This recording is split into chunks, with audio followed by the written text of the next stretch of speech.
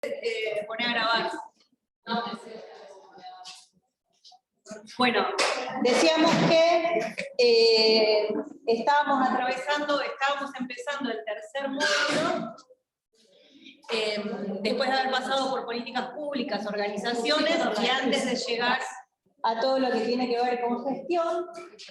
Y recuerden que hay algo que es transversal a toda la propuesta, que es la metodología que la cátedra propone, que es la gestión estratégica planificada. Todo lo que nosotros fuimos viendo a lo largo de los distintos módulos, y sobre todo, especialmente también lo que empezamos a ver acá, forma parte de lo que luego vamos a trabajar como gestión estratégica planificada. Y en esa propuesta, la planificación estratégica situacional tiene un lugar central. La idea de la cátedra es recorrer algunos conceptos teóricos que vamos recorriendo a través de los distintos módulos, pero también poder proponerles una manera de operacionalizar esos distintos conceptos que nosotros vamos trabajando. Y la gestión estratégica planificada es una propuesta teórico-metodológica para la intervención, sobre todo en organizaciones públicas. Está pensada con ese sentido. Y está pensada, como ustedes van a ver más adelante, está pensada en la lógica de tratar de aportar a resolver un divorcio con el que siempre nos encontramos, que es el divorcio entre la gestión y la planificación. Entonces, bueno, la JEP tiene un poco por objetivo eso, y también tiene por objetivo trabajar como la operacionalización de todo lo que vamos recorriendo en el año, porque estamos convencidas que tenemos que aportar a un perfil de profesionales que puedan desempeñarse, como ya lo van a ver y ya lo estuvieron viendo, en los distintos momentos del proceso de producción de políticas públicas, pero que tiene que manejar además determinadas capacidades, determinadas habilidades, determinadas destrezas, determinados conocimientos para poder desarrollarse de forma pertinente en cualquier espacio donde esté ubicado profesionalmente. Entonces, bueno, la idea es aportar en ese sentido todas las herramientas que podamos para que ustedes en 6 meses, en un año, en un poquito tiempo, cuando estén ya egresadas, egresados, egresades, tengan un bagaje teórico y metodológico que les permita desempeñarse por lo menos con un mayor nivel de capacidad, con un mayor nivel de seguridad, y con algunas herramientas que les permitan poder leer los espacios en los que intervienen y hacer propuestas pertinentes en ese sentido.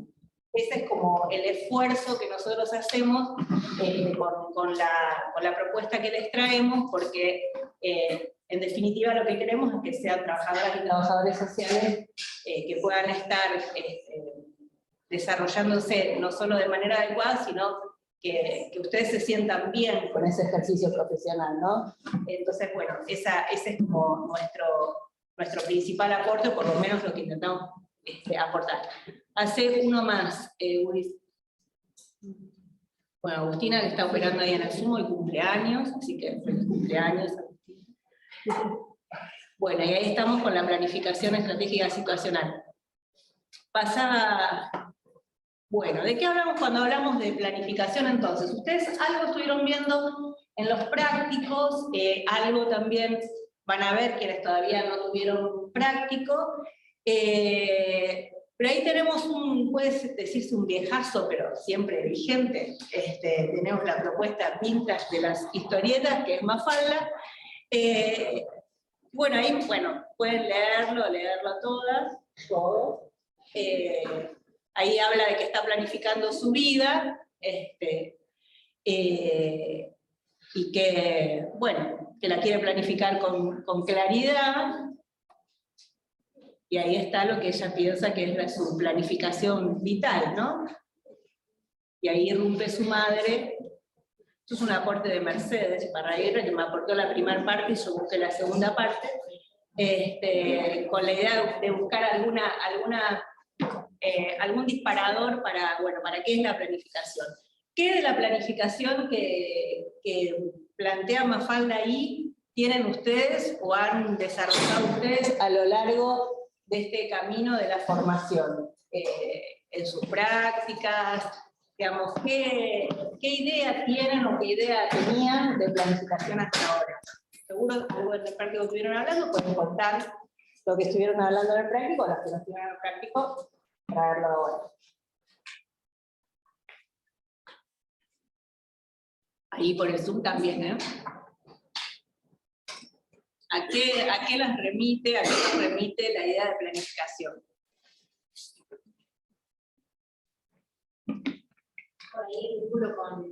Por ahí pensándolo en experiencias de la práctica de formación,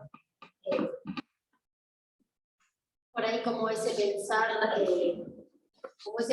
previo respecto del escenario al que vamos a ir a la práctica, en un momento determinado, con un objetivo determinado respecto de qué queremos hacer, al mismo tiempo teniendo en cuenta como las circunstancias en las que vamos a hacer lo que vamos a hacer, y lo que también el contexto nos puede presentar inesperadamente, si se quiere como unas coordenadas que deberían ayudar a la.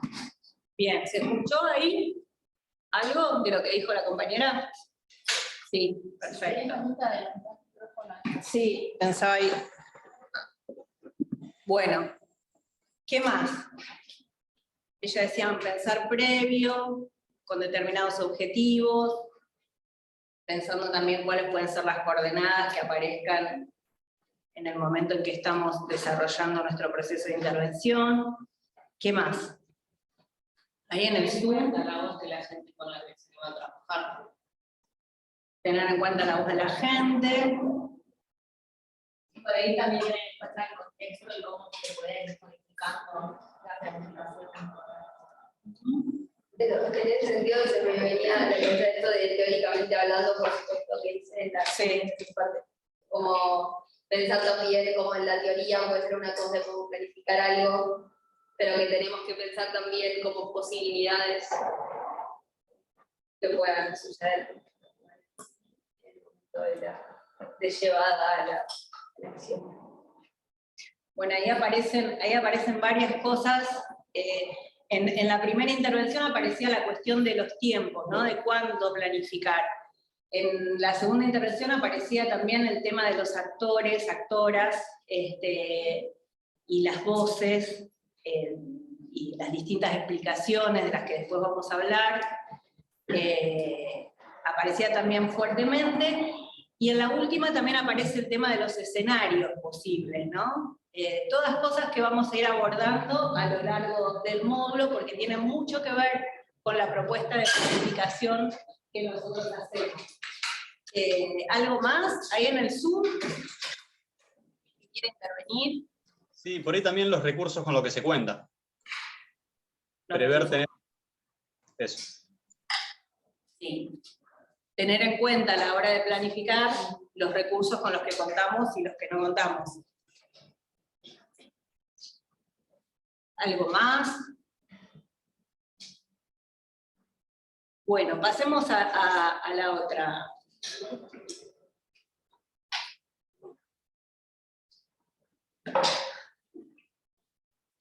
Ahí. Entonces, hay ahí una idea que subyace en general cuando se habla de planificación, que, digo, algunas de las cosas que ustedes trajeron, bueno, discutirían con esa idea, ¿no? Pero hay una idea de la planificación que tiene que ver con que está pensada para unos pocos, unas pocas, que sepan del tema, ¿no? Hay una idea de planificación que tiene que ver con que tenemos que tener tiempo para planificar, con que no es fácil, no es sencillo, o no es posible planificar mientras estamos en la acción cotidiana, ¿no? Y bueno, en nuestra profesión eso se profundiza mucho más, porque nosotras en general trabajamos con la urgencia permanente, ¿no? Trabajamos con una demanda cotidiana que nos exige bastante, en tiempo, en dedicación, digamos, en poder pensar nuestras intervenciones. Entonces pareciera que no hay espacio alguno para poder planificar. Después también hay una idea que tiene que ver con que la planificación es algo que se hace previamente a la intervención, ¿no? Bueno, las prácticas tienen bastante de eso, que bueno, que con el tiempo se fue modificando, empezaron a haber otras propuestas, pero hay como una idea, bueno, nosotros planificamos antes de ir al centro de práctica, nosotros planificamos el taller que vamos a hacer. Es como una planificación que se hace por aproximaciones, que es de a poquito, que se hace antes de ir, y que bueno, entonces después si sale mal, vemos qué pasó con eso que salió mal. Digo, me parece que seguramente les debe haber pasado alguna vez, ¿no? Que ustedes planifican algo, van, no fue alguien, no fue el referente, no participó la gente, no va, y entonces se tratan de buscar explicaciones de por qué pasó eso, en vez de tal vez buscar la explicación de qué pasó cuando nosotros planificamos, digamos, cómo fue ese proceso de planificación que llevamos adelante, cuál fue nuestra propuesta de planificación, cuál fue nuestro modelo de planificación, o el modelo de planificación con el que nosotras nos manejamos a la hora de pensar en una intervención, sea desde el lugar que sea. Entonces, Anita, sí. acá Natalia comparte en el chat y dice que dentro de la planificación también entran las estrategias que se llevarían a cabo en la intervención. Bien. Quedó del comentario al principio. Bueno, el concepto de estrategia va a ser un concepto muy importante en el modelo de planificación que nosotros estamos proponiendo, que no es un modelo que inventamos nosotros, ¿no? ¿Desde qué autor lo proponemos? Desde Carlos Matus, ahí hago una más. Desde Carlos Matus. Carlos Matus, ahí quédate. Carlos Matus, bueno, ya falleció en el año 98, nació en el año 31, fue un economista, ingeniero, chileno, ocupó varios cargos de gestión en distintos momentos, pero sobre todo su mayor presencia en términos de la gestión gubernamental fue en el gobierno de Allende, ¿no? Lo acompañó hasta que fue derrocado por el golpe militar, ¿no? Y fue uno de los impulsores, junto con Allende, de tratar de instaurar lo que era el socialismo con la vía democrática, ¿no? Bueno, como saben, digamos, él fue ministro de Economía de Allende, también fue presidente del Banco Central, y ocupó otros cargos también. Como saben, bueno, termina derrocado por un golpe militar, Salvador Allende, termina trágicamente ese gobierno, y Matus va a la cárcel durante 2 años, y luego se exilia también, pero todo ese tiempo, luego del gobierno, luego de haber participado del gobierno de Allende, él se dedica a pensar, entre otras cosas, qué pasó más allá de la cuestión del contexto internacional, que obviamente determinó en gran medida el derrocamiento del gobierno. Él dice, bueno, eso es un factor fundamental, eso no se puede negar, pero hay algo más que nosotros tenemos que pensar, hay algo más que nosotros tenemos que mirar. Entonces él dedica sus años en la cárcel, sus años en el exilio, a pensar, bueno, después él lo traduce en una carta y en un libro, en el libro Adiós, señor presidente, y en la carta que le hace a Salvador Allende, obviamente una carta después de su muerte, ¿no? Donde él hace todo un proceso de autocrítica y donde se dedica, digamos, a poder explicar qué cosas él cree que fallaron o que no tuvieron en cuenta, qué cosas no miraron a la hora de gobernar, ¿no? Y él va a desarrollar toda una teoría que tiene que ver con eso, ¿no? Y a partir de ahí, él fue un economista, ingeniero, que fue formado desde la lógica de la planificación más normativa, más tradicional, ¿no? Él además participaba de la CEPAL y del ILPE, que era de la comisión. El ILPE era un instituto dentro de la CEPAL que trabajaba toda la época que fue en los 60, en los 70, en lo que era la Alianza para el Progreso y todos los proyectos que hubo para el desarrollo de América Latina. Fue una de las primeras organizaciones que empiezan a desarrollar todo lo que tiene que ver con planificación. Acá ya había habido algunas experiencias de planificación, como por ejemplo el plan quinquenal, que bueno, Matus no lo analizó. Yo vi una entrevista en la que le preguntan si piensa que ese plan tuvo que ver con la planificación más normativa, con la planificación estratégica como él la propone. Él dice que no lo estudió, pero bueno, es interesante para pensar las primeras experiencias de planificación desde lo gubernamental en Argentina. El plan quinquenal es una de las experiencias primeras que están buenas para poder analizar. Pero bueno, desde la CEPAL y desde lo que era el instituto, él fue formado en una lógica de planificación. Se formó en la Universidad de Chile, después hizo estudios de posgrados en Harvard, así que imagínense que era una lógica bastante tradicional de lo que era la planificación en ese momento y en ese contexto histórico. Y entonces él empieza a hacer toda un cuestionamiento, una interpelación a esa lógica con la que se formó. Ahí pasa... Uy.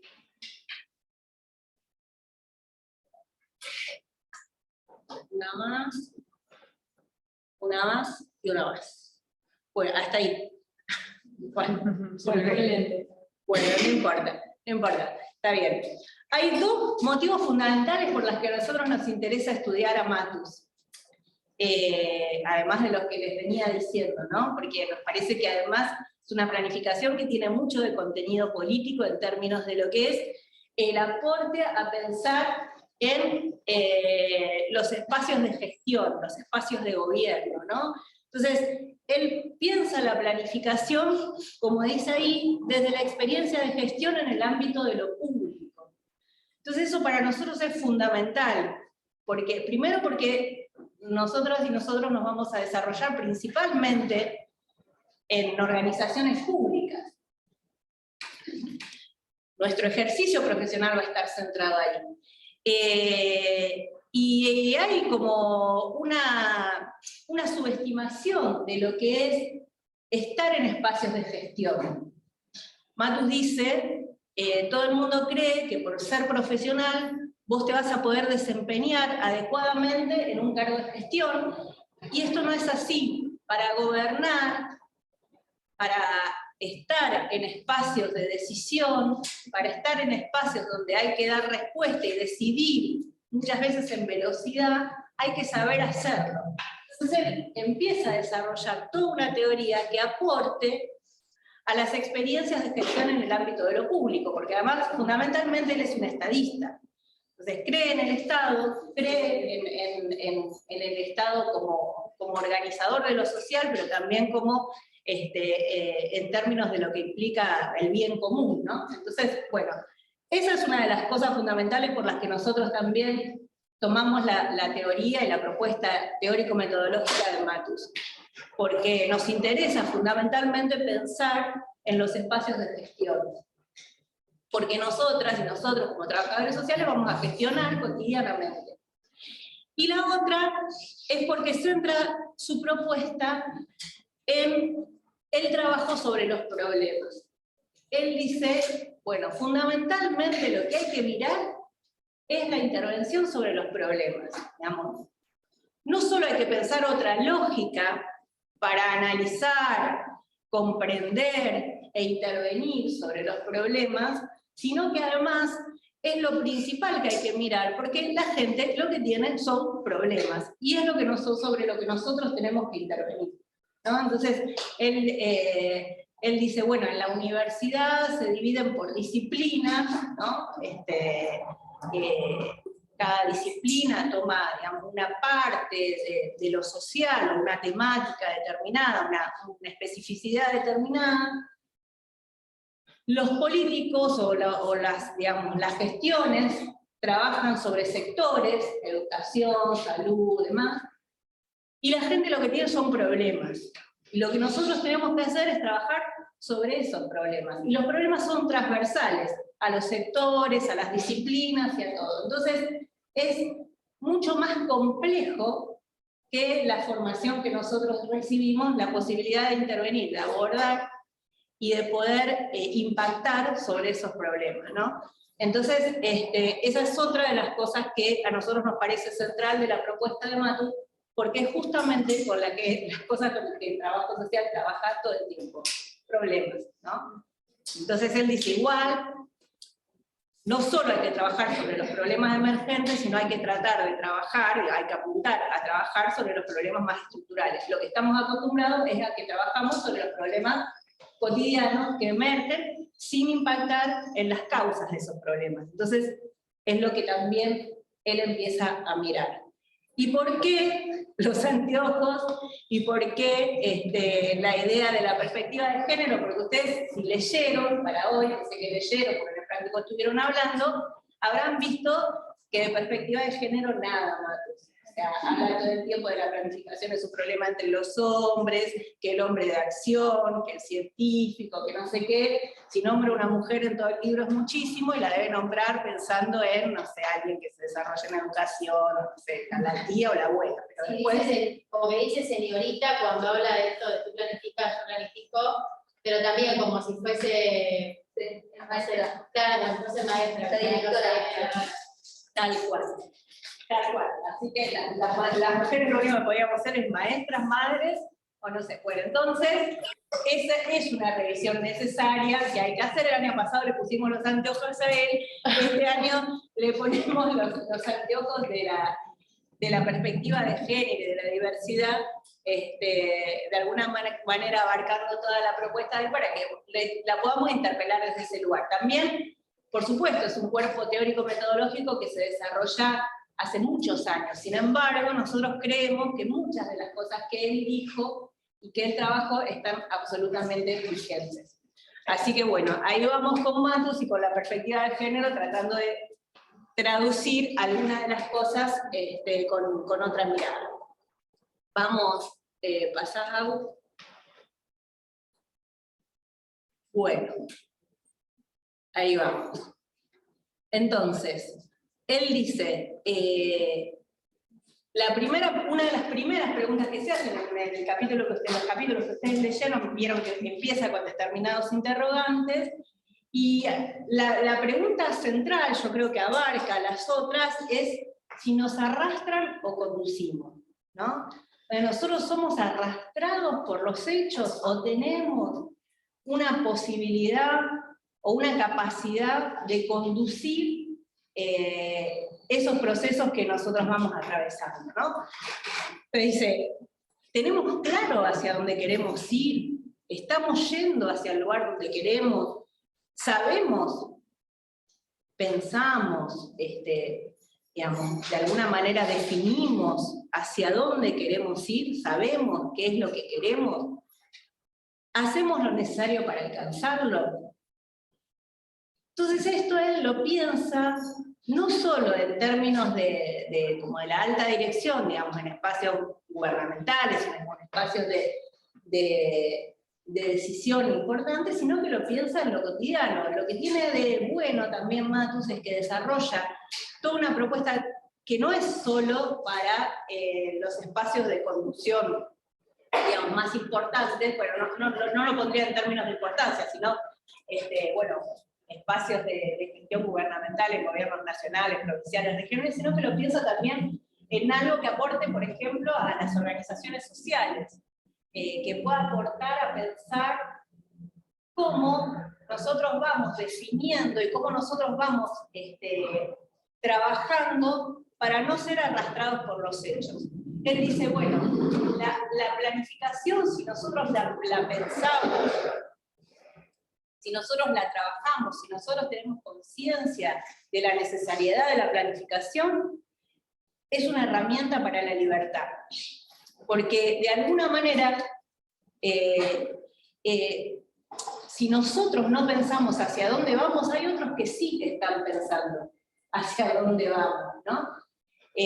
Nunca la sociedad, nunca las personas están quietas o no toman decisiones.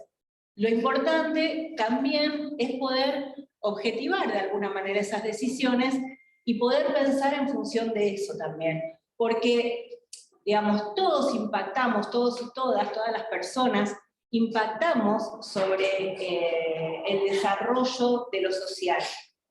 Nos demos cuenta o no nos demos cuenta, con cada una de las decisiones, con cada una de las acciones cotidianas, sean más individuales o más colectivas, nosotros estamos impactando en el destino y en el futuro de la sociedad. Entonces, lo que dice, bueno, cuando dice es un problema entre los hombres, es un problema entre las personas, digamos, tiene que ver con, bueno, las cuestiones que tienen que ver más con lo individual y con lo colectivo, esa relación que se da entre las decisiones que se toman en términos individuales y en términos colectivos. Entonces él dice, nosotros no podemos renunciar a conducir, porque si no somos arrastrados. Y da el ejemplo del río, pero después también, digamos, lo trasciende el ejemplo del río, porque dice, bueno, la planificación no es solo una pelea contra la naturaleza, porque en todo caso sería más sencillo, digamos, sino que nosotros estamos también trabajando estamos desarrollando nuestros procesos de intervención, nuestros procesos de planificación, nuestros planes, en una sociedad en continuo movimiento, donde hay otros y otras con distintos intereses. Entonces, no es solo el tema con la naturaleza, sino también con quienes convivimos cotidianamente. Y piénsenlo en cualquier espacio. Se me ocurren ejemplos, las escucho y los escucho. Pero, digo, la idea de la planificación que tiene Matus, y no es cualquier tipo de planificación, es la planificación estratégica, situacional, porque él dice, lo vamos a seguir viendo, lo vamos a empezar a profundizar más a lo largo de los teóricos, pero él dice, se planifica en situaciones, ¿no? Una no puede planificar antes, suponiendo que las cosas se van a desarrollar como yo creo, ahora lo vamos a ver con los supuestos y los argumentos, sino que uno planifica en situación, ¿no? Entonces, es la posibilidad también de crear futuro, de pensar, bueno, un poco lo que decía Mafalda, pero que lo planteaban como un chiste, pero que un poco es así, ¿no? O sea, es necesario pensar hacia dónde queremos ir. Después, digamos, paralelamente, digamos, como parte de esa misma planificación, como parte de esa misma situación que nos trazamos como objetivo, estamos pensando, bueno, cuáles son las posibilidades que tenemos de avanzar, qué gobierno tenemos sobre esa situación, qué otras van a intervenir en la situación en la que estamos planificando. Pero es necesario, digamos, poder trazarse un horizonte claro, un horizonte que nos permita no ser arrastrados, ¿no? No ser arrastrados por los hechos, sino de alguna manera poder gobernar también el desarrollo de nuestras vidas. Ahí pasa... Yo tengo una pregunta. Sí. ¿Cuándo para vos se da este proceso de planificación? Digo, porque habla de conocer el terreno, de conocer a otros, de saber diferentes pujas, diferentes intereses. ¿En qué momento te siento planificar? Todo el tiempo. O sea, la planificación, ahora después lo vamos a ver con los momentos, esto que vos preguntás va a quedar más claro con los momentos que él propone de la planificación. Pero la planificación es todo el tiempo estar analizando la situación. Esto de planificar situacionalmente tiene que ver con eso. ¿Con qué él plantea? Bueno, no hay un momento, hay momentos en los que yo pongo determinado énfasis en algunas operaciones, pero el análisis sobre la situación lo hago de forma permanente. Entonces eso va variando también muchas de las cuestiones que yo voy planificando. O sea, que yo me voy proponiendo, digamos. Cuando habla de la situación objetivo, él dice que es la situación que nosotros nos trazamos como posible en un proceso de planificación. Él dice, bueno, la situación objetivo no es algo que no se mueve, sino que todo el tiempo está revisándose en función de este análisis cotidiano de la realidad que nosotros hacemos. Entonces, desde ahí, ahora lo vamos a trabajar, pero dice, la planificación es un cálculo que precede y preside a la acción. O sea, no es solamente que se hace antes, sino que todo el tiempo está presente. Después le agrego otras cosas a lo de cálculo sistemático que precede y preside a la acción, que ahí lo vamos a ver con los argumentos y demás. Entonces, bueno, es un poco lo que decíamos. Si planificar es sinónimo de conducir conscientemente, entonces no existe alternativa a la planificación. O planificamos o somos esclavos de las circunstancias. Lo de esclavos lo agregué yo, acá está. Pero de las circunstancias. Negar la planificación es negar la posibilidad de elegir futuro. Entonces, por eso él habla de que la planificación es una herramienta para la libertad. Yo los invito a que lo piensen en términos del ejercicio profesional. Digamos, si nosotros no estamos decidiendo, si nosotros no estamos planificando, si nosotros no estamos pensando hacia dónde queremos ir, tengan por seguro que hay otros que sí lo están haciendo. Otros y otras que sí lo están haciendo.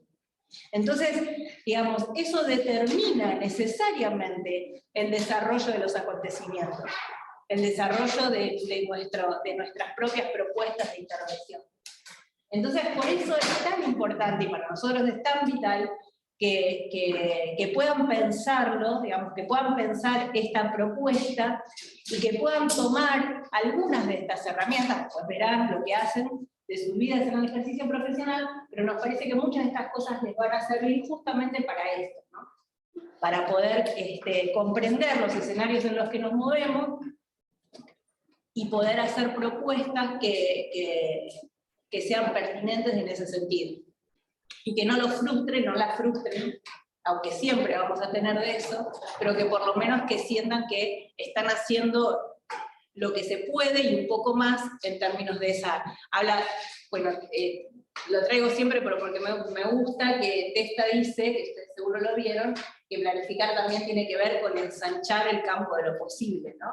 Entonces eso es fundamental como horizonte de intervención, ensanchar el campo de lo posible, desencadenar procesos. Testa habla de desencadenar procesos en realidad, y Matus de ensanchar el campo de lo posible. Entonces, bueno, Testa habla de desencadenar procesos, y lo relacionamos con esto que dice Matus, de ensanchar el campo de lo posible, porque en realidad lo que buscamos es crear futuro, crear nuevas posibilidades. Trabajar con lo que se puede, pero siempre pensando en poder trascender eso. Siempre teniendo como horizonte poder trascender eso, ¿no? Entonces eso para nosotros, en términos de la intervención profesional, es vital. Bueno, entonces ahí les poníamos algunas fotos que tenían que ver con... me gustaba traer como las distintas posibilidades, los distintos espacios en los que uno está planificando, ¿no? Y bueno, ahí están las aulas en el Zoom, bueno, lo que pasa hoy en este aula, hay una reunión de gabinete, hay espacios de salud, hay organizaciones, hay movimientos colectivos o colectivas, hay reuniones de trabajo, en todos esos espacios está presente la posibilidad de la planificación. Por acción o por omisión, digamos. Entonces, en todos esos espacios es importante pensar y trabajar en función de un horizonte que estamos pensando como posible, ¿no? Así que bueno, ahí un poco los distintos... y también esto, ¿no? Que uno piensa, ahora lo vamos a ver con los argumentos, pero la planificación también lo que trae es la idea de movimiento y la idea de pensar en distintos planos temporales, ¿no? En un acumulado, pensaban en lo de las movilizaciones y la posterior sanción de la ley de interrupción voluntaria del embarazo. Podemos pensar en todo lo que tiene que ver con las cosas que se hicieron durante la pandemia, pensar en las modificaciones que se hicieron en términos de la formación. Bueno, un montón de cuestiones que tienen que ver con decisiones que se toman a partir de un acumulado, no solo de la contingencia, sino también de un acumulado histórico, ¿no? Y con mucho de eso tiene que ver la planificación. Vamos, no sé qué, cómo vamos por el tiempo. ¿Muy bien? 5 menos 5. Bueno, esto lo vamos a pasar determinado un poco rápido, no tanto, porque creo que es lo que están viendo, no creo, es lo que están viendo en los prácticos, ¿no? Lo vieron hoy, lo de las 2 de la tarde, a las 6 de la tarde también lo van a ver. Pero lo importante para que tengan en cuenta es esto. Como yo les decía, Matus hace una interpelación a lo que es su propia formación, ¿no? Él dice, bueno, las primeras veces que me hizo ruido mi formación como planificador, que después él dice que no existe la profesión de planificador, ¿no? Pero dice, la primera vez que me hizo ruido cuenta una experiencia que fue a Cuba y cuenta otra experiencia donde tenía que capacitar a gente de distintos países de Latinoamérica. Entonces él empieza a ver que la teoría y la metodología que él había aprendido no alcanzaba, no era suficiente, no era potente para poder analizar los procesos que se daban en lo social, los procesos que se daban en los países que visitaba, que le contaban las personas con las que trabajaba. Había algo que no era suficiente, que no alcanzaba, ¿no? Y bueno, y el mayor impacto lo tiene a partir del gobierno de Allende, ¿no? Entonces, él dice, bueno, ¿qué es lo que falla en ese modelo de planificación? Entonces él dice que lo que falla es la propuesta teórica, digamos, la concepción teórica que tiene ese modelo de planificación, ¿no? Hay algunos desarrollos previos al que hace Matus, de crítica a lo que es la planificación normativa, la planificación tradicional, pero él dice, básicamente lo que falla es la propuesta teórica. Yo no tomo nada de la propuesta, dice, teórica de la planificación normativa. Sí tomo lo instrumental. Y ustedes van a ver que en la planificación estratégica y situacional hay cosas que él toma de la planificación normativa. Pero dice, básicamente es una propuesta de planificación que está pensada como si fuera un proceso de investigación. Un proceso de investigación sobre el futuro, ¿no? La normativa. Entonces dice, eso al hombre o a la persona de acción no le sirve. No le sirve. Entonces, si nosotros queremos desarrollar otra propuesta de planificación, dice él, entonces tenemos que argumentarla también desde lo teórico, que fundamentarla también desde lo teórico. Entonces él empieza a desarrollar como hay unos conceptos principales en los que se basa, que son esos que están ahí. Entonces dice, bueno, ¿cuáles son los supuestos que sostienen cada uno de los modos de analizar y comprender? La planificación normativa digamos, de alguna manera se ubica por fuera del espacio de planificación. Es alguien, en este caso era el Estado, eran las propuestas de desarrollo económico, eran la planificación más ligada a lo económico, que piensan que puede ser diferenciado del objeto que se planifica, ¿no? Hay alguien que está por fuera, que analiza esa realidad, que piensa en algunas variables posibles y que en función de eso planifica. Entonces dice, bueno, eso no es posible, porque nosotros planificamos en situación, nosotros no estamos por fuera de esa realidad, el sujeto no es diferenciable del objeto. Entonces el concepto de situación, que lo vamos a trabajar con mayor profundidad después, es uno de los principales que él trae, ¿no? Entonces dice, nosotros después se relaciona con el de explicación, ¿no? Con el de explicación situacional. Dice, nosotros planificamos según el lugar que ocupamos, según la posición que ocupamos, nosotros planificamos. Entonces dice, nosotros planificamos en situación, porque hace un ejemplo él que dice, nosotros estamos con una linterna en un espacio de oscuridad, la linterna va a alumbrar algunas cosas. Esas son las cosas que nosotros vemos y en función de eso nos movemos. Si nosotros nos corremos, la linterna va a alumbrar otras cosas, y de esa posición nosotros vamos a estar pensando, analizando, comprendiendo desde otra mirada, desde otro lugar, con otras posibilidades. Y eso es lo que pasa en lo social todo el tiempo. Entonces nosotros no podemos desligarnos o desentendernos del espacio desde el que estamos pensando ese proceso de planificación. Como después lo habla en términos de lo que son los problemas y demás. ¿Hasta ahí vamos? ¿Sí? Bien.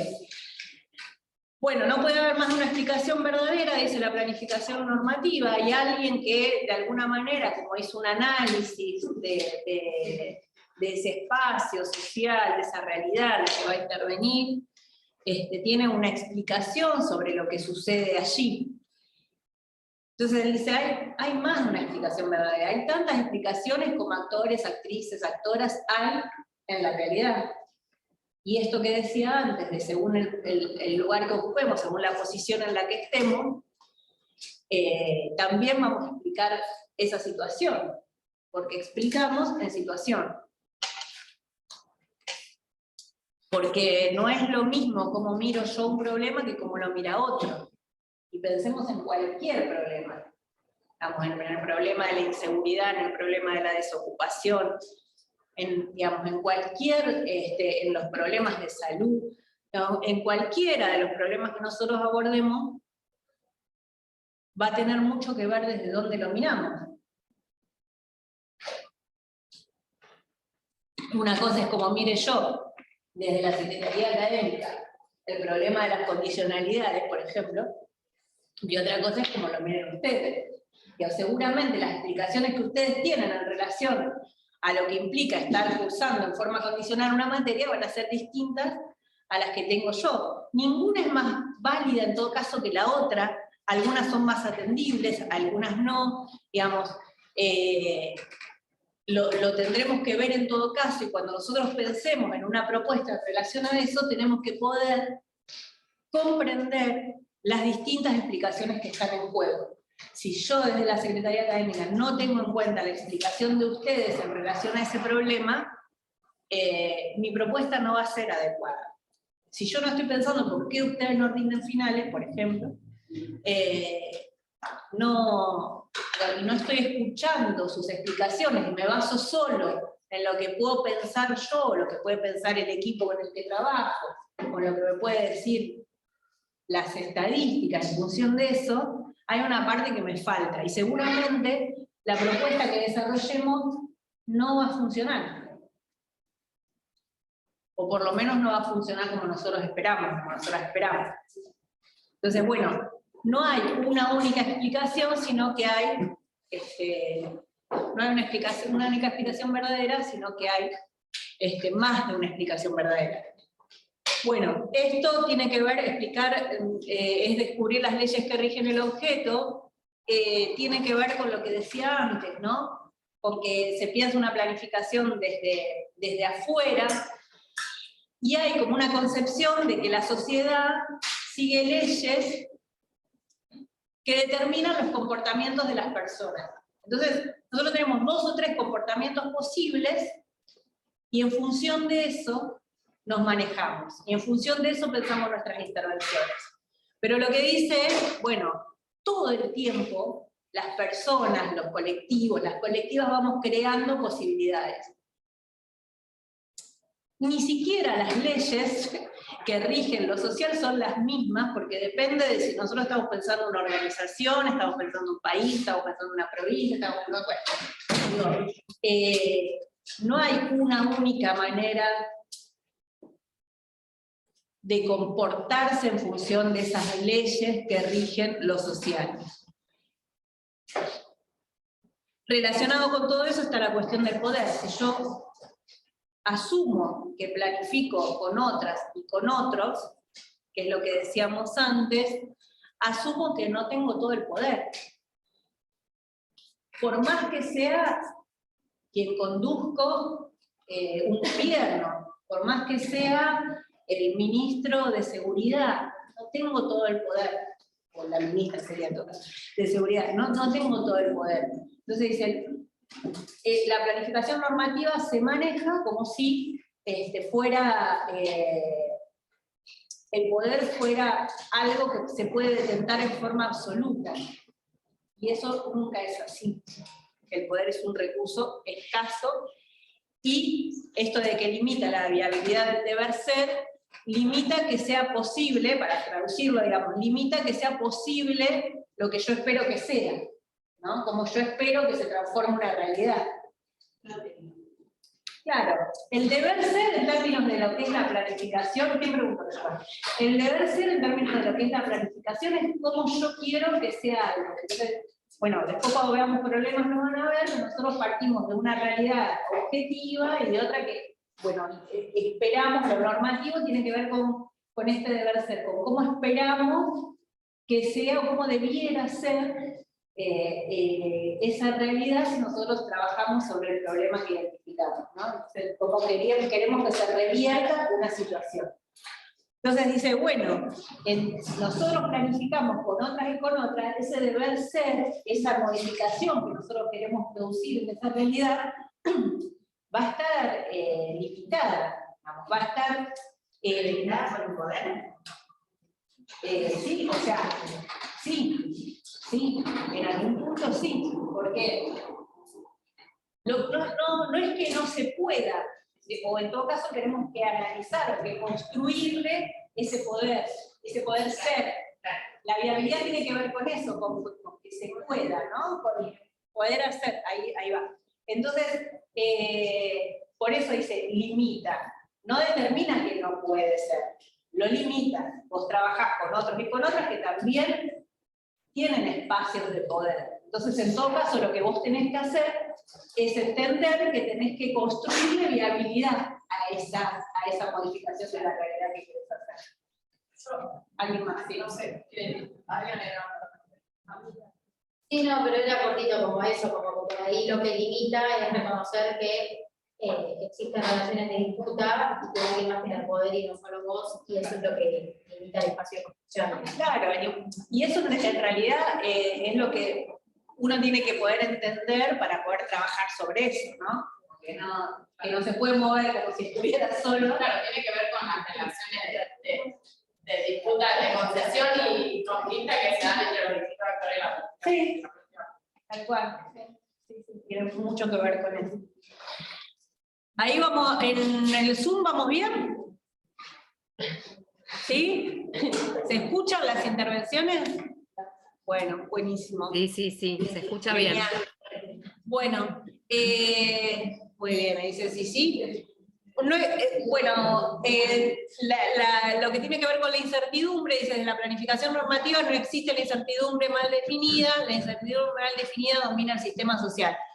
La planificación normativa se basa mucho en la capacidad de predicción, que Matus dice, la capacidad de predicción tiene un límite muy finito. Vos ¿qué podés predecir? En términos de lo que plantea la planificación normativa, de un sistema que sigue leyes y de comportamientos que están más o menos evaluados y analizados, vos podés predecir 2 o 3 comportamientos posibles. En cambio, la planificación estratégica situacional dice, no, nosotros trabajamos siempre en la incertidumbre, porque trabajamos con otros, porque la realidad está en permanente movimiento, porque los sujetos, las sujetas son personas creativas, porque hay contingencias, porque hay muchas cosas que tienen que ver con que nosotros es imposible que nos manejemos con predicción. Trabajamos en un contexto de permanente incertidumbre. No quiere decir que no podemos pensar nada a futuro, sino que ahí aparece la idea también de los distintos escenarios, ¿no? De la posibilidad de, ahí lo vamos a ver en los argumentos, de además prever. Y una de las cosas más importantes tiene que ver con esto de los problemas, de con qué, desde qué lógica mira los problemas la planificación estratégica situacional.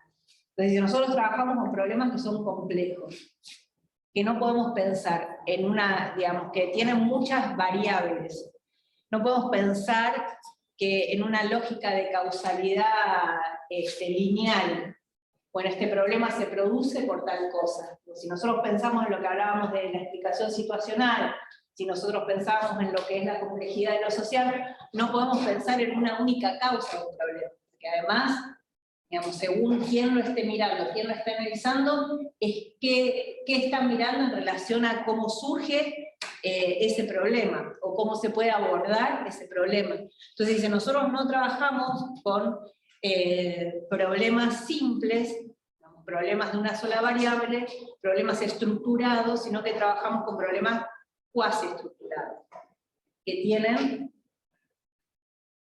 muchas posibles causas y también muchas posibles modalidades de abordaje. Y habla de una cosa que es fundamental, que dice que no existe la solución de un problema. En realidad, siempre se trata de intercambio de problemas, porque nosotros trabajamos con un problema, seguramente hay otro que está surgiendo. Justamente por eso, ¿no? Porque trabajamos con otras y con otras. Entonces nosotros de repente estamos pensando en el abordaje de determinada situación problemática que puede traer aparejada a otra. ¿Se les ocurre, por ejemplo, un ejemplo en relación a eso? Por ejemplo, ¿Cómo? Por ejemplo, de... sobre esto del intercambio de problemas. Nosotros trabajamos con un problema y aparece otro relacionado a eso.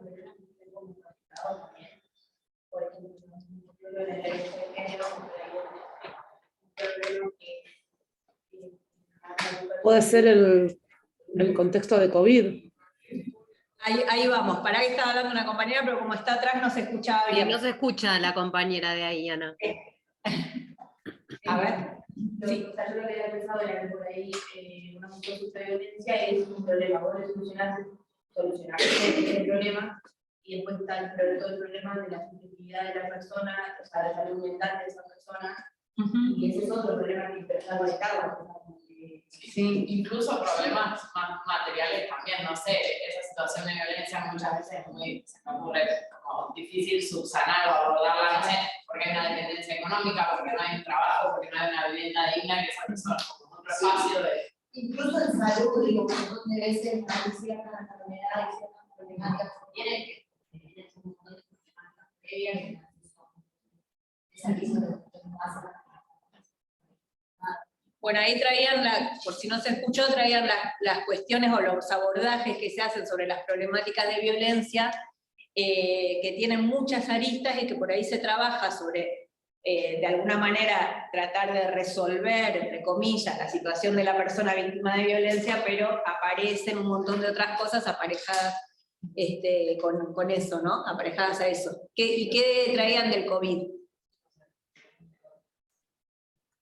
Perdón, sí, yo me parecía por la cuestión del contexto de COVID, cómo fue el tema en educación, ¿no? Por lo menos a lo que nos aconteció a nosotros, en relación al quedarte en casa, cómo se tuvo que programar desde la universidad poder dar clases virtuales de golpe y buscando esa solución de cuidados, pero por el otro lado, bueno, se encontraba la problemática de que no tenían todos acceso a internet o a tener un aparato para poder acceder a estudiar. Entonces, bueno, veía que se intentaba buscar de algún modo esa solución, pero también acarreaba otras problemáticas atrás. Sí. Sí, o lo mismo, digo, esto lo podemos conectar con lo que traían las compañías en términos de las situaciones de violencia, ¿no? Lo que implicó el quédate en casa para las personas que eran víctimas de violencia. Entonces, digo, eso también, ¿no? De repente estábamos tratando de abordar lo que tenía que ver con el contagio y con la suba exponencial de casos, y por el otro lado estábamos teniendo estas situaciones que implicaban también la necesariedad de un abordaje, ¿no?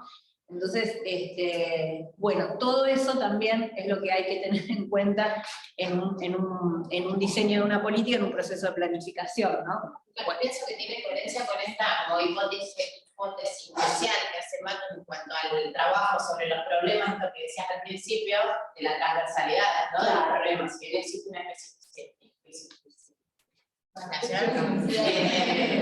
son los problemas estructurales, y eso significa que están atravesados por problemas multicausales y lo que significa que son estructurales.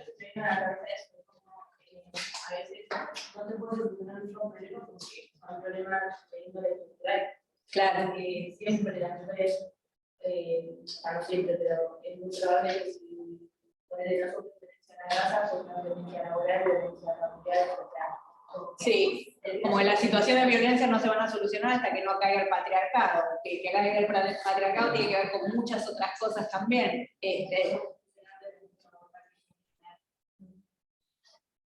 De todas maneras, digo, esto no quiere decir que nosotros no tengamos que trabajar con esos problemas, ¿no? Eso es importante de que quede, porque no quiero que quede la sensación de que no tiene ni sentido trabajar porque total, no puedes resolver nada, no. Todo lo contrario, en realidad hay que trabajar sobre, después hablar de la pertinencia, ¿no? De los problemas con mayor relevancia y con mayor pertinencia, no lo dice él, pero dice, bueno, uno de los métodos con los que nosotros trabajamos, pero es importante pensar en eso, bueno, ¿dónde nosotros podemos impactar? ¿Cuál es el control que nosotros tenemos sobre...? Hay dos como...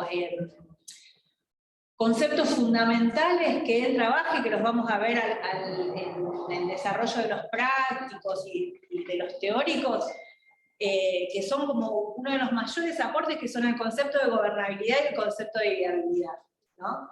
El concepto de gobernabilidad tiene que ver con lo que yo controlo, lo que no controlo según el lugar que ocupo. Y el de viabilidad tiene que ver con qué puedo y qué no puedo, cómo la construyo, cómo en todo caso yo construyo mayor viabilidad a la acción que quiero desarrollar, ¿no? Entonces, esos dos conceptos son fundamentales en Matusí. Ustedes si después incorporan la perspectiva que se trabaja de la planificación estratégica institucional, van a ver que después van a pensar todo el tiempo en eso, porque les marca con qué se pueden meter y con qué no. En este momento, en este contexto, en esta situación, no quiere decir que en otras no. Eso es importante de tener en cuenta. Y no quiere decir que desde otra posición no. Solo importa, digamos, solo se pone mucho énfasis en eso también para que puedan ser abordajes más exitosos, si se quiere usar esa palabra, que no es muy... Pero él habla, bueno, se habla de eficacia también, ¿no? Pero como que realmente podamos producir un impacto sobre la realidad en la que estamos interviniendo. Porque cuando nosotros nos proponemos demasiado desde un lugar en el que no podemos impactar, después esos procesos también son perjudiciales para la vida de las personas con las que trabajamos, ¿no? Porque es como pensar en un horizonte que es imposible de abarcar, en soluciones que son imposibles de brindar, y que eso también impacta perjudicialmente en la vida de los otros y de las personas con las que trabajamos, ¿no? Pienso, lo relaciono con tratar de escapar a la subjetividad heroica, ¿no? Sí, yo un poco lo invitaba con Oscar también, pensaba que muchas veces trabajamos sobre los temas inmediatos, pero no siempre vamos a poder trabajar sobre todas las causantes de esos problemas, pero me parece interesante porque un poco de cachetea con esa propuesta, pero me parece que está buena para pensar también los límites que tenemos, digo, y cómo es tan interesante trabajar también sobre esas condiciones más ideológicas, o sea, sí que ahora estamos ideológica, es lo más complejo también, digo, tener esta herramienta bajo el brazo, que parece que es clave para no envalentonarnos también en esas planificaciones que hacemos, también nos pasan en práctica, ya hacemos como muy, unas ideas como muy fabulosas para entender, que quizás después no condicen ni con la respuesta que se le tiene que dar a ese problema, ni con lo que esa solución que en el momento, y con lo que podemos hacer nosotros en este año, en ese momento. Digo, me parece interesante vincularlo con Carlos, que es un autor clave también, que nos invita a mostrar. Y también esto de la viabilidad, de construir viabilidad, él también habla de situarnos como trabajadores sociales en determinados lugares y tener esa cintura en términos de poder, inclusive lo habla, de un poder compartido, de un poder que nos invita muchas veces, de un otro, pero me parece como interesante vincularlo ahí con él. Ahí te dejo. Y después otra de las cosas que se puede emparentar con lo que plantea él, que él habla de como las distintas posiciones que nosotros ocupamos, y también lo mira y analiza desde ese lugar, digo, que eso también tiene que ver mucho con la propuesta. Sí. No, que también, pero que me parecía interesante pensar también en diálogo esto de la viabilidad y la gobernabilidad, como también la posibilidad de construir mayor viabilidad desde el lugar que ocupo, genera también mayor gobernabilidad y si se quiere como un ida de vuelta con una relación dialéctica, ¿no? Como, esto que yo controlo o no me va a permitir tener mayor o no viabilidad en un espacio concreto y a su vez construir más viabilidad me va a dar más viabilidad en esa gobernabilidad. Eso que decíamos antes de ensanchar el campo de lo posible también, ¿no? Lo que yo puedo o no puedo hacer desde el lugar en que estoy. No, lo mismo por ahí, igual es cortito, pero como que me quedó ahí dando vueltas en la cabeza, como que un poco siento, pero igual estoy errada, pero como que siento que este texto, como esta perspectiva, por lo menos entender la planificación, como que me hace poner como medio en contradicción un poco, porque me vuelve un poco consciente, o sea, deja de romantizar la planificación. Yo entiendo eso, como que cuando leí el texto me parecía que esto de como que el objetivo de la planificación un poco es generar impactos en la realidad que estamos interviniendo, pero también como qué es ese impacto que vamos a generar, o sea, cómo lo vamos a pensar y para quién va a ser un impacto, ¿no? Entonces ahí como que se me venía a la cabeza como esto de planificar situacional, o sea, en cada situación, o sea, todo el tiempo estar planificando y pensando y no pensarlo de antemano como nos pasa en las prácticas y que lo vemos después como en el momento de vamos al barrio y sale cualquier cosa y nos frustramos porque no es lo que pensamos dentro del aula.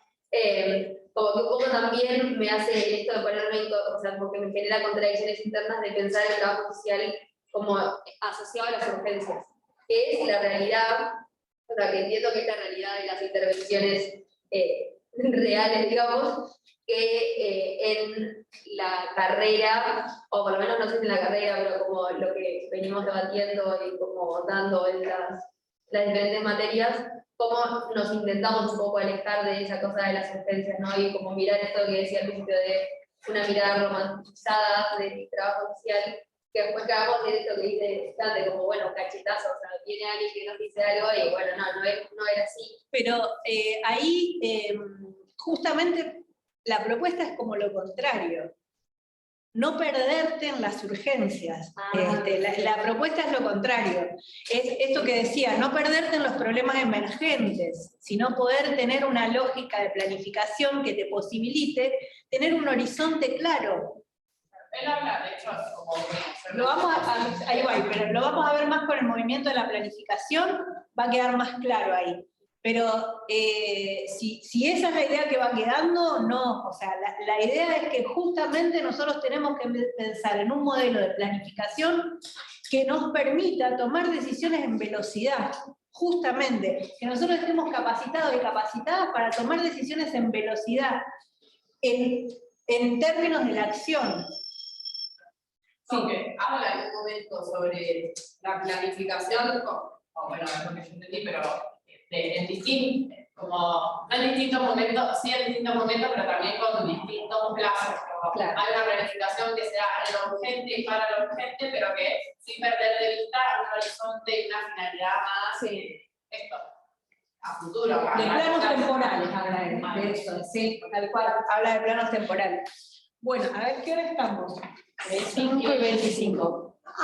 O sea, estamos... Bueno, a ver, pasar. Vamos con los argumentos, en todo caso pasamos a la otra, pues son 5:25, ¿no? Sí. O sea, ya tenemos que terminar. Sí. Bueno, pasá, Luis.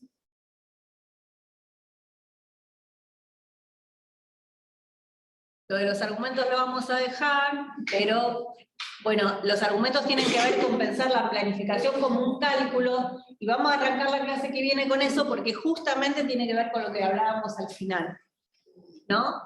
Pasa.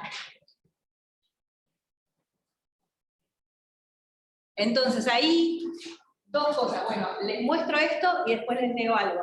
Pero ahí intervenimos la historieta de Mafalda desde lo que venimos hablando, ¿no? Entonces, bueno, ahí... No, vuelve. Entonces, ¿de qué hablamos cuando hablamos de planificación? Hablamos de un cálculo que precede y preside la acción, y después lo vamos a ver un poco más en la clase que viene con los argumentos. Incorpora la perspectiva de actores y actoras,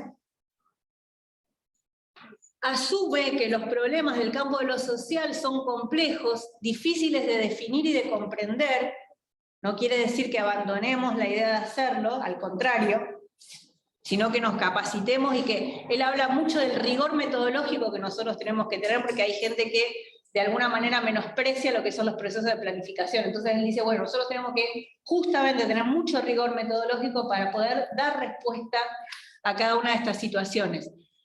Trabaja la idea de distintos escenarios posibles, que es lo que empezaba a salir ahí. Y bueno, desde esa lógica también en pensar cómo nosotros tenemos que trabajar sobre esos distintos escenarios posibles, y opera sobre escenarios dinámicos, turbulentos, en los que nunca se avanza linealmente, ¿no?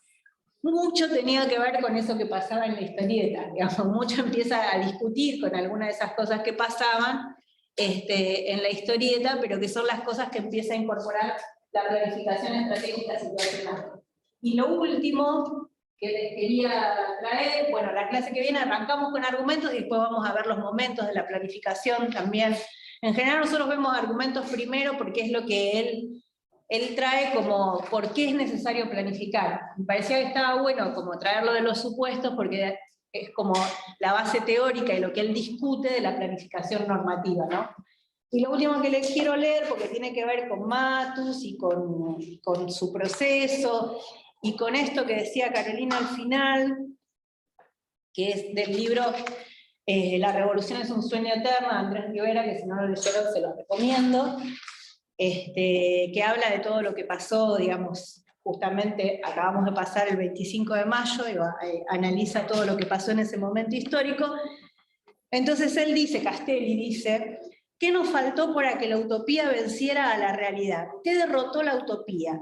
¿Por qué con la suficiencia pedante de los conversos muchos de los que estuvieron de nuestro lado en los días de mayo traicionan la utopía? ¿Escribo de causas o escribo de efectos? ¿Escribo de efectos y no describo las causas? ¿Escribo de causas y no describo los efectos? Escribo la historia de una carencia, no la carencia de una historia. Creo que todo esto que estuvimos hablando está presente en esa frase, porque tiene que ver con poder también analizar un momento histórico y pensar, bueno, las responsabilidades, los lugares que tenemos en esa situación, pero también nos habla de los sueños y de la utopía y de la posibilidad de pensar siempre en ir más allá de donde estamos hoy, ¿no? Y sobre todo de transformar las realidades de desigualdad, que es por lo que estamos acá, en definitiva, ¿no? Entonces, bueno, eso. Cálculo que precede y preside la acción, ¿eso? Cálculo que precede y preside la acción. Igual después se lo subimos. Bueno, nos vemos en versión remota el miércoles que viene. Gracias.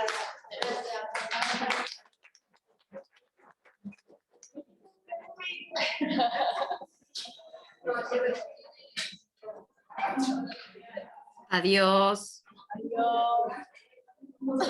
Adiós.